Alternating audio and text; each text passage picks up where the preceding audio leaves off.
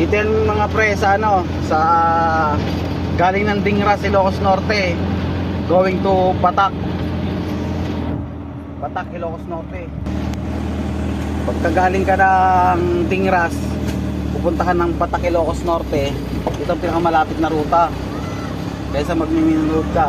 Walang pop-up doon.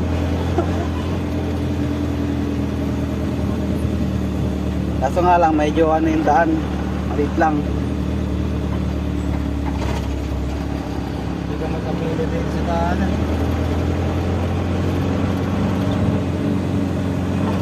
Kamusta Google mo? Diretso lang.